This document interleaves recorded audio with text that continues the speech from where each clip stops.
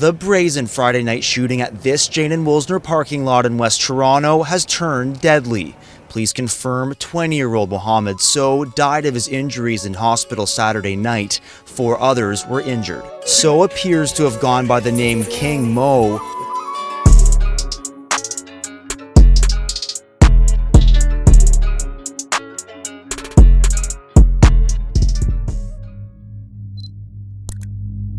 Originally of Guinean background, Mohammed So was born in New York on February 10, 1999. The So family immigrated to Canada in 2000, first settling in Montreal and then Toronto in 2006, where they became active in the city's Guinean community. With no siblings to lean on, Mohammed felt a responsibility to take care of his parents and give back. He would always say, "I'm an only child, and I have to do what's best for my parents." In school, not only was he a student athlete, but Mohammed was known as someone who looked out for others. He took care of kids he barely knew and gave them money to buy freezies, one friend recalled. "Mo made sure I was going to school," said another friend who grew up with him, but did not want to be named. "Mo wanted what was best for me. He was there to make sure I made the right decision. He was more like a mentor and a brother." Although his former classmates have nothing but great things to say about him, Mo was silently going through his own struggles. During middle school, he got involved with the wrong crowd. They tried to frame him for stealing a t-shirt at a Walmart by putting it into his backpack. Mohammed took the blame to avoid angering them. Security footage showed he didn't steal the shirt, but he ended up having to report to police and attend a few days of counseling as a result.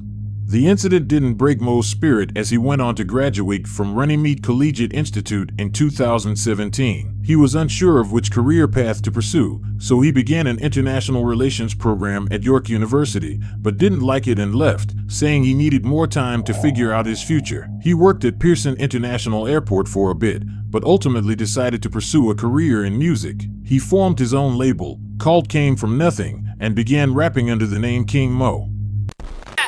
Yeah, ayy, put the 40 to your face, we splash, make a nigga do the race. I ain't tryna catch a case, but these niggas don't want to play. Yeah, they show me love, but I know that shit be fake. Cause when you making money, most niggas gon' hate. Mama says she want a car, yeah, she needs the latest. Black mask, are you ready to roll? Tell me nigga, are you bout it? Smart nigga, but I'm heartless. I should've done with a college, but put my name on the phone, yeah. The label heavily reps 7 Block, which sits on the corner of Jane and Woolner. Living just a few minutes away on Jane and St. Clair Avenue West, Mo often found himself lingering in the once troubled neighborhood. Results in the gun lifestyle is incarceration or death. I've been a man that I've been shot 3 times. I put in work. I've been around people that put in work. And some of my people that they're not even here today because work got put in on them. I reaped what I sowed. I idolized the gun life.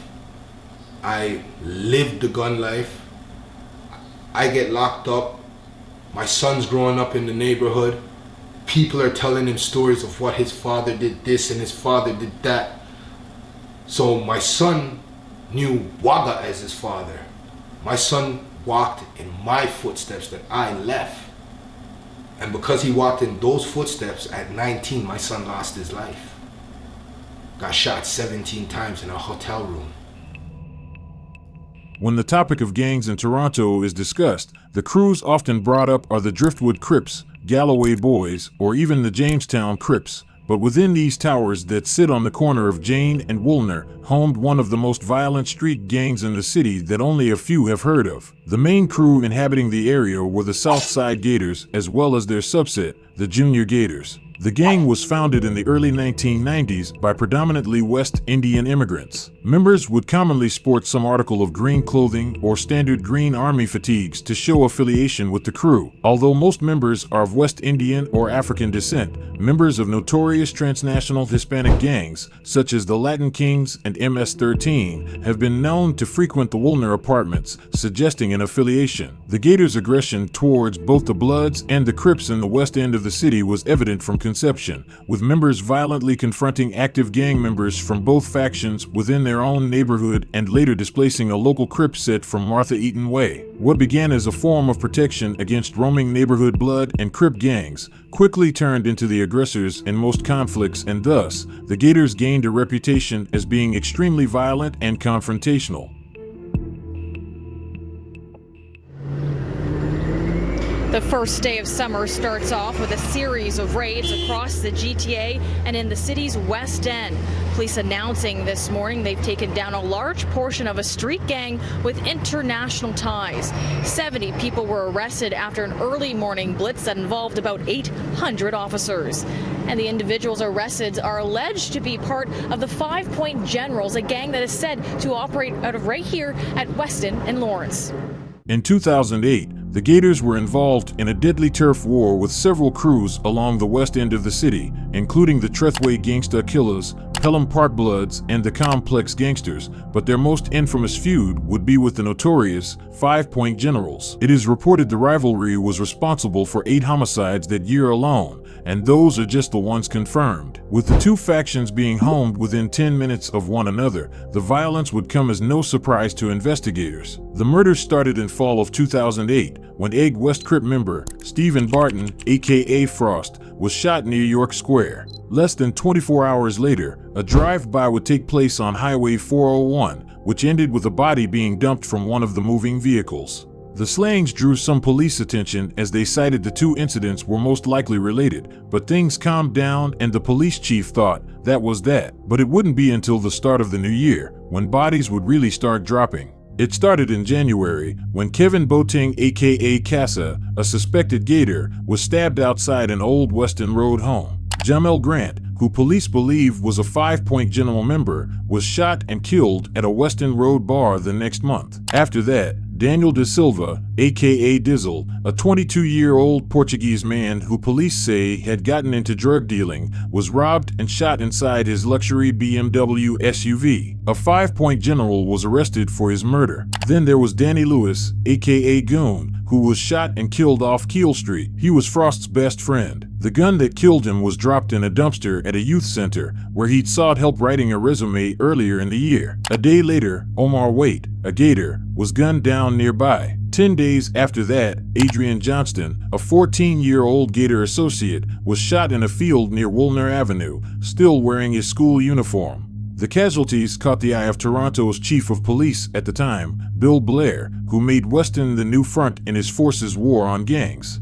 The spike was unprecedented, what the chief called unheard of. The deaths made up 1/3 of Toronto's total, and twice the number of nearby Jane and Finch, which often earned the distinction of being the city's violent crime capital. Fast forward to 2011, raids were executed and trial was on its way. A judge sentenced one member to 13 years in prison after police seized from his Egg West apartment 9 weapons, crack cocaine, 2 pit bull dogs, and believe it or not, a 4-foot alligator, which police said was the club mascot. Many of those arrested during the raids received similar sentences, while a handful were deported. Since the mass arrests of the Jane and Woolner OGs, youngsters from the block have adopted group names they've heard of, keeping the gang's legacy alive, but with little organization or formality, internal feuds have sparked, causing many of the crews to split. The drug and gang activity within Jane and Woolner slowly dissipated since 2008, when the violence was at its peak, but one horrific night in the summer of 2020, more than a decade later, would leave many questioning if a long-standing gang rivalry was reigniting.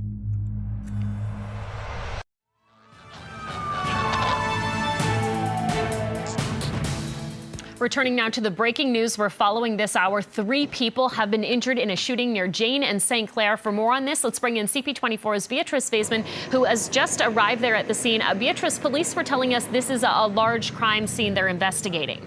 It is, Courtney. This parking lot area of this strip mall has been shut down by police. You can see one officer right now shining his flashlight through the parking lot. He's looking for shell casings, any evidence related to this triple shooting that happened here. It was just after 10:20 tonight. Friday, July 10th, 2020. Toronto police were called to a plaza at 251 Woolner Avenue at 8:17 p.m. Police say a dark-colored SUV approached the parking lot and at least one person started indiscriminately shooting at people who were gathered there. Surveillance footage obtained by CTV News Toronto showed multiple people, including a child, ducking behind vehicles to avoid being hit. In total, 5 people were injured. 3 were taken to a hospital by paramedics and 2 others made their own way to hospital to seek medical treatment. King Mo was one of the many people congregating in the plaza parking lot. The night of the shooting, he told his parents he would be playing basketball with some friends as he had been doing every Friday during the pandemic. Mo's mother said he would normally drive to the court, but that Friday evening, he didn't. Around 11:45 p.m. that same night, King Mo's friends knocked on his parents' door, distraught, and informed them he'd been shot and taken to the hospital. By the time his parents arrived to the hospital, Mo had succumbed to his injuries. He was the city's 36th murder victim of 2020. The 37th would be Malvern-based rapper, Gleesh, who was shot at STC that same night. King Mo's case received immediate attention, but for the wrong reasons. His near-decade-old mugshot from when he was wrongfully accused of shoplifting was used as the identification image for his news story. At 3 a.m., they asked for photo to put on the news. The grief-stricken mother of 21-year-old Sidi Mohammed Sow is still in disbelief that 2 police officers showed up at her door at 3 Sunday morning, just 9 hours after her son died in hospital. They said it's very important that we give them a picture they're going to put in the news, otherwise they might put a mugshot which we won't like. And I just said, right now is not a good time. You see my husband, he's going to drop dead. He already on the floor. Can you just please leave? The family had many photos of their son, but says the time was inappropriate. And while the officers left their business cards, the family did not hear back from anyone the next day. Local news stations were hit with intense backlash, forcing them to change the image. Fortunately for Mo's family, they received brighter news a month later, on Friday, August 21st, when members of the Emergency Task Force, 12 division officers and homicide investigators arrested and charged Malik Francis Taylor with first-degree murder. Ferno, you spazzing. Run on your block like broad day. Ooh, you niggas never seen it. Me a couple demons. Malik Francis Taylor, better known by his rap name mksolive, ranged from the notorious Pelham Park Gardens, which housed the first blood set in Toronto. With Pelham situated just 10 minutes away from the southside gatorz, it would be no surprise to hear the 2 factions had their fair share of feuds. The Pelham Park Bloods was a small yet powerful gang that was first known as the Young Thugs. They were formed in the early 90s and consisted mainly of young Caribbean and African Canadian youths. By the early 2000s, most of the members had died, while some had been incarcerated or deported. The last remaining consists of hardcore criminals who have been known to recruit members as young as 8 years old, who are then used in peddling drugs in the suburbs, schools, and even rural areas of Toronto.